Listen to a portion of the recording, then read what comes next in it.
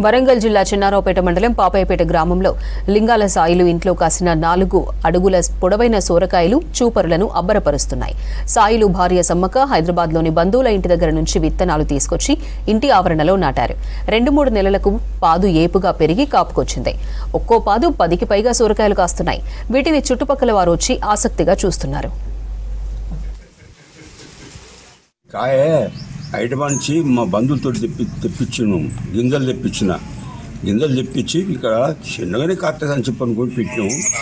పెడితే మా ముసలమ్మ సమ్మక్క, నా పేరు లింగాల సాయి, ఈ చిన్నగానే కాస్తనుకున్న కాయలు పెద్దగానే పెరిగినాయి.